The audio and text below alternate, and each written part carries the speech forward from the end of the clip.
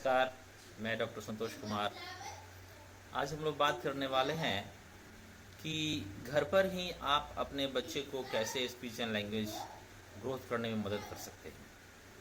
देखिए, मैं बहुत ही सिंपल और छोटे वीडियो में बताना चाहूँगा, सारी कंटेंट देने की कोशिश कर रहा हूँ कि घर पे रहते हुए आप अपने बच्चे में स्पीच एंड लैंग्वेज डेवलप कर सकते हैं। ठीक है, इसके लिए एक छोटी सी बात समझने की ज़रूरत है। क्या बात समझना है मैं आपको बताता हूँ कि जैसे कि मेरे उम्र में जो पैसों का महत्व है वो कितना है। पैसों का महत्व बहुत ज़्यादा है। पैसों की वजह से ही हम अपने घर का सारा स्टेटस मेंटेन करते हैं।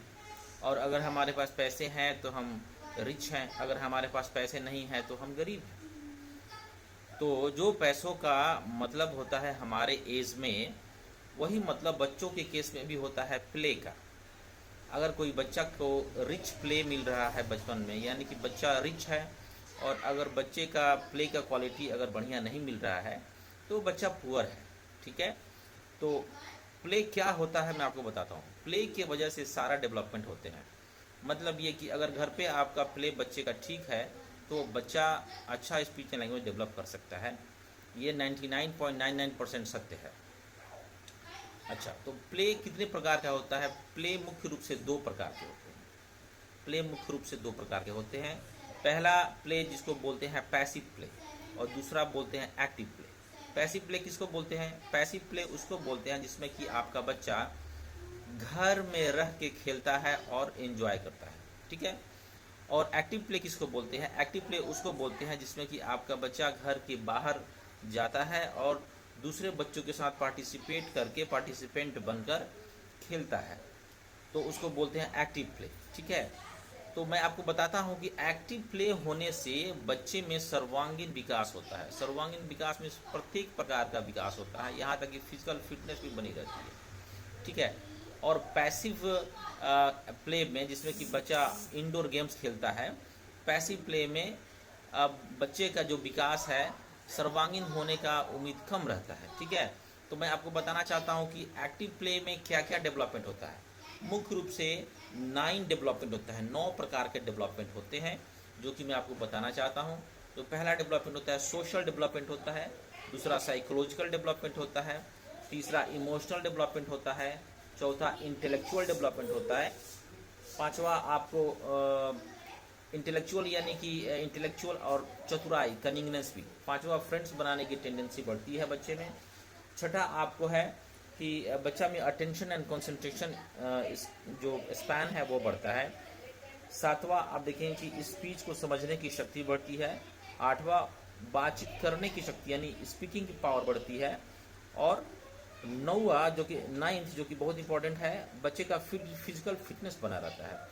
तो ये सारी 9 बातें जो है बच्चे का प्रोग्रेस होता है अगर बच्चा एक्टिव प्ले में है।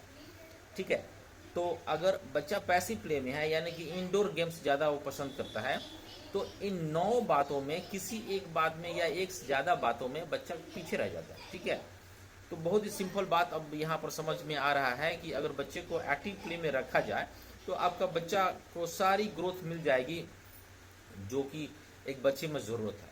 तो आप इससे एक और बात का पता लगा सकते हैं कि बच्चा में delay speech and language development क्यों हो रहा है। क्योंकि बच्चे में पैसिव प्ले ज़्यादा है, बच्चे में एक्टिव प्ले कम है। एक्टिव प्ले कैसे प्रमोट करें? एक्टिव प्ले प्रमोट करने के लिए अपने बच्चे को घर से बाहर आने दीजिए और दूसरे बच्चों के साथ खेलने दीजिए, मिक्स होने दीजिए। अब प्रश्न ये बनता है कि कितने समय तक आपका बच्चा बाहर खेल सकता है।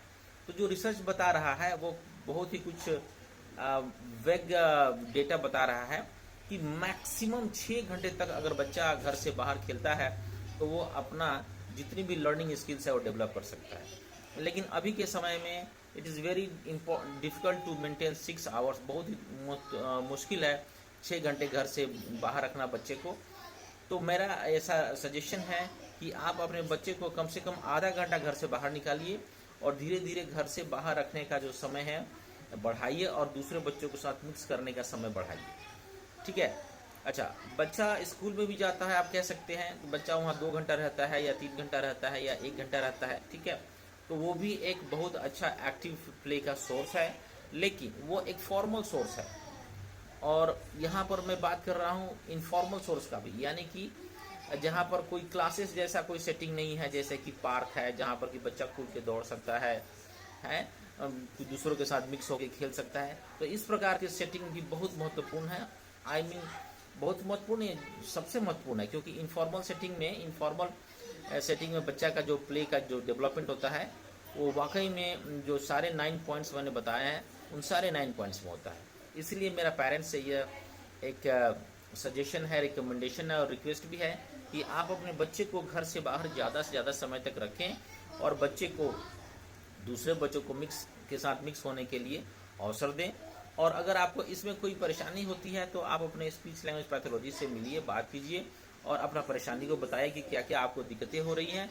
तो स्पीच लैंग्वेज पैथोलॉजिस्ट आपको पूरी तरह से हेल्प करेंगे कि अगर आपका बच्चा घर से बाहर रहता है और रहते हुए भी अगर किसी से अटैच नहीं होता है तो क्या करें। ठीक है, तो आप हमारे इस वीडियो को ज़रूर लाइक करें और इस वीडियो को शेयर करें जिनको इस प्रकार की मदद की ज़रूरत है, और हमारे चैनल को ज़रूर सब्सक्राइब कीजिए। Thank you very much. तब तक मिलेंगे हम एक नए अच्छे वीडियो में, तब तक के लिए हमें आज्ञा दीजिए। नमस्कार।